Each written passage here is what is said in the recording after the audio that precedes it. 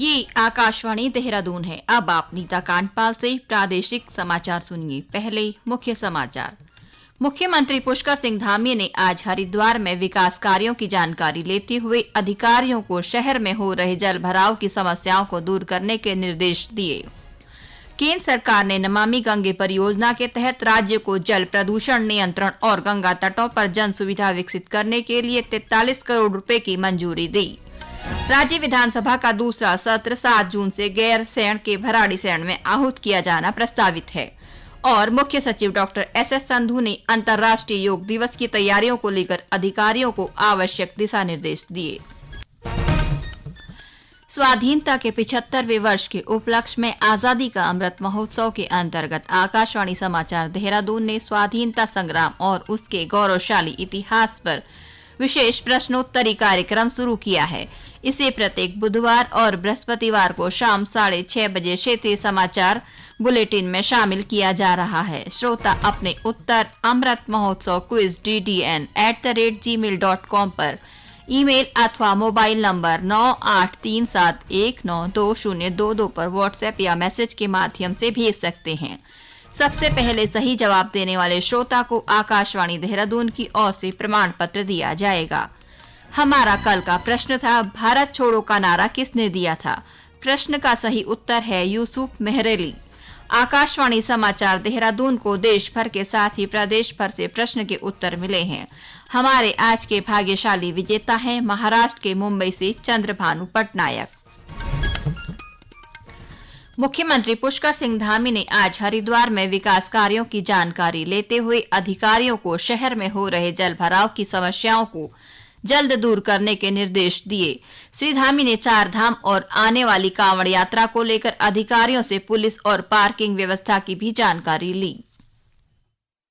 National highway के नए निर्माण के बाद जो रोडों का चौड़ीकरण हुआ है, जो नालियां बनी है पानी निकलने के लिए हाईवे, इसके अलावा जो पुराने समय में जो पानी का निकास होता था उसमें कुछ अवरोध हर जगह पर पैदा हो जाते हैं। उसको लेकर हमने कहा है कि दोनों ही रास्ते निकाले जाए, इससे कि जल भराव की स्थिति सड़कों के अलावा अन्य जगह पर भी न हो। साथ ही जो हमारी चारधाम यात्रा इस समय चल रही है, आने वाले समय में कांवड़ यात्रा चलनी है, उन सबके संबंध में विद्युत आपूर्ति है, पेयजल है, हमारा पार्किंग की व्यवस्था है, पुलिसिंग की व्यवस्था है, सभी पर बात की है। और हमारा ये है कि सभी अधिकारीगण, सभी कर्मचारीगण वो अपने अपने जो समय निर्धारण है उस समय पर पहुंचे और सभी समस्याओं का समाधान करें, कहीं से किसी की कोई भी शिकायत ना आए।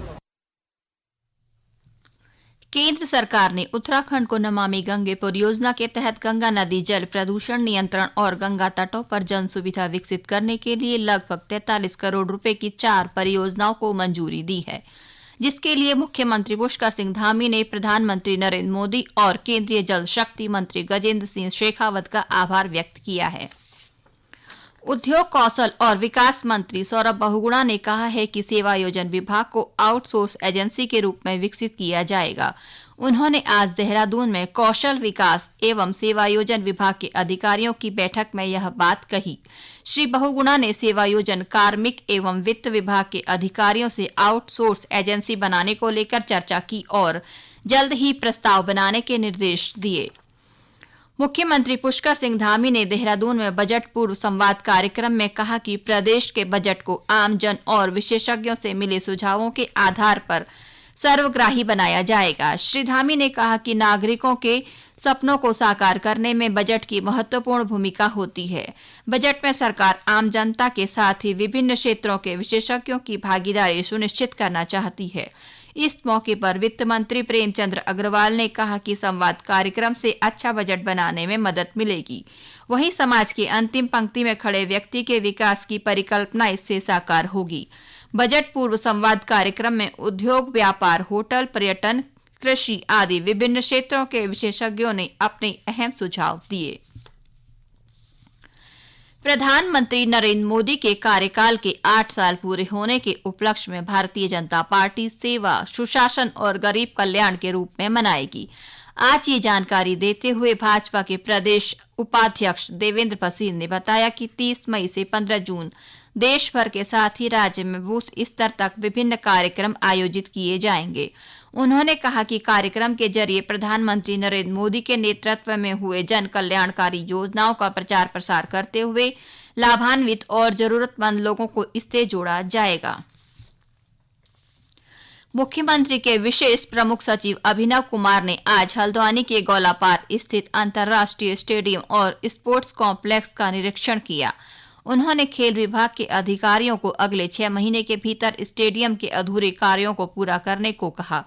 अभिनव कुमार ने कहा कि हल्द्वानी में यह स्टेडियम और स्पोर्ट्स कॉम्प्लेक्स कुमाऊं के खिलाड़ियों के लिए वरदान साबित होगा। ये समाचार आकाशवाणी देहरादून से प्रसारित किए जा रहे हैं। ताजा समाचार के लिए आप हमारे ट्विटर हैंडल @AirNewsDDN और फेसबुक पेज आकाशवाणी समाचार उत्तराखंड को फॉलो कर सकते हैं। इसके अलावा न्यूज ऑन AIR ऐप पर भी आकाशवाणी समाचार को लाइव सुन सकते हैं। उत्तराखंड की 5वीं विधानसभा का दूसरा सत्र 7 जून से गैरसैंण के भराड़ीसैंण में आहूत किया जाना प्रस्तावित है। इसी सत्र में सरकार अपना वित्त बजट भी पेश करेगी। बजट को आम लोगों के अनुरूप तैयार करने के लिए सरकार लगातार लोगों से सुझाव भी ले रही है। विधानसभा अध्यक्ष ऋतु खंडूरी ने कहा कि यह प्रस्तावित तिथि है। राज्यपाल की स्वीकृति मिलने के बाद आधिकारिक जानकारी बाद में दी जाएगी। मुख्य सचिव डॉक्टर SS संधू ने देहरादून में अंतर्राष्ट्रीय योग दिवस की तैयारियों को लेकर अधिकारियों को मुख्य स्थलों पर सभी जरूरी इंतजाम करने के निर्देश दिए। कहा, योग के मुख्य कार्यक्रम स्थल परमार्थ निकेतन ऋषिकेश में सभी व्यवस्थाओं के लिए संबंधित विभाग पूरी तैयारी रखे। योग दिवस पर केंद्र सरकार की ओर से देश के 75 धरोहर स्थलों का चयन किया गया है, जिसमें श्री केदारनाथ भी हैं। मुख्य सचिव ने कहा कि राज्य में चयनित 75 स्थानों के अलावा अन्य महत्वपूर्ण स्थलों और हेल्थ एंड वेलनेस सेंटरों में भी योग शिविर का आयोजन किया जाए। उन्होंने कहा कि अंतर्राष्ट्रीय योग दिवस पर खेल, फिल्म जगत, प्रतिष्ठित पुरस्कार प्राप्तकर्ताओं जैसे प्रदेश की प्रमुख हस्तियों को आमंत्रित किया जाए। कपाट खुलने के बाद से बद्रीनाथ और केदारनाथ धाम में अब तक 5,625,000 से अधिक श्रद्धालु दर्शन कर चुके हैं। आज यह जानकारी देते हुए बद्री केदार मंदिर समिति के मीडिया प्रभारी ने बताया कि केदारनाथ में 2,65,525 और बद्रीनाथ में 2,35,100 से अधिक श्रद्धालु दर्शन कर चुके हैं। उधर गंगोत्री धाम में 1,30,855 और यमुनोत्री धाम में 1,06,352 से अधिक श्रद्धालु पूजा अर्चना कर चुके हैं। चमोली की पुलिस अधीक्षक श्वेता चौबे ने आज गोविंद घाट से हेमकुंड साहिब तक SDRF और पुलिस बल के साथ संपूर्ण यात्रा मार्ग में सुरक्षा व्यवस्थाओं का निरीक्षण कर संबंधित अधिकारियों को आवश्यक दिशा निर्देश दिए। हेमकुंड साहिब के कपाट 22 मई को यात्रियों के लिए दर्शनार्थ खोले जा रहे हैं। सिखों के पवित्र धाम हेमकुंड साहिब के कपाट आगामी 25 मई को यात्रियों के दर्शनार्थ खोले जा रहे हैं। श्रीमती चौबे ने टैक्सी यूनियन के पदाधिकारियों को पुलना से गोविंद घाट तक किराया निर्धारित करने और वाहनों पर अनिवार्य रूप से रेट लिस्ट लगवाने व यात्रियों से निर्धारित किराए से अधिक न वसूलने हेतु निर्देशित किया। साथ ही घोड़ा खच्चर स्वामियों को यात्रियों से निर्धारित किराए से अधिक न वसूलने और अनिवार्य रूप से रेट लिस्ट लगाने के लिए भी निर्देशित किया। श्रीमती चौबे ने कहा कि सुरक्षा के दृष्टिगत एक दिन में निर्धारित तय सीमा में ही श्रद्धालुओं को गोविंद घाट से रवाना किया जाएगा। प्रसिद्ध छायावादी कवि सुमित्रा नंदन पंत की जयंती पर आज अल्मोड़ा के सुमित्रा नंदन पंत पार्क में समारोह का आयोजन किया गया। समारोह में नगर पालिका अध्यक्ष प्रकाश चंद्र जोशी ने कहा कि पंडित सुमित्रा नंदन पंत हिंदी साहित्य के मूर्धन्य कवि के रूप में जाने जाते हैं। गौरतलब है कि पंडित सुमित्रा नंदन पंत का जन्म 20 मई 1900 को ग्राम कौशानी में हुआ था। उनकी प्रसिद्ध रचना पल्लव चिदंबरा थी। उन्होंने पद्म भूषण और ज्ञानपीठ पुरस्कार से सम्मानित भी किया गया था। पौड़ी के जिलाधिकारी डॉक्टर विजय कुमार जोगदंडे ने विकास खंड एकेश्वर की BDC बैठक में गैर हाजिर रहने वाले अधिकारियों का एक दिन का वेतन रोकने के निर्देश दिए हैं। उन्होंने सभी अधिकारियों को निर्देश दिया कि वे आगामी बैठकों में पूरी तैयारी के साथ आएं।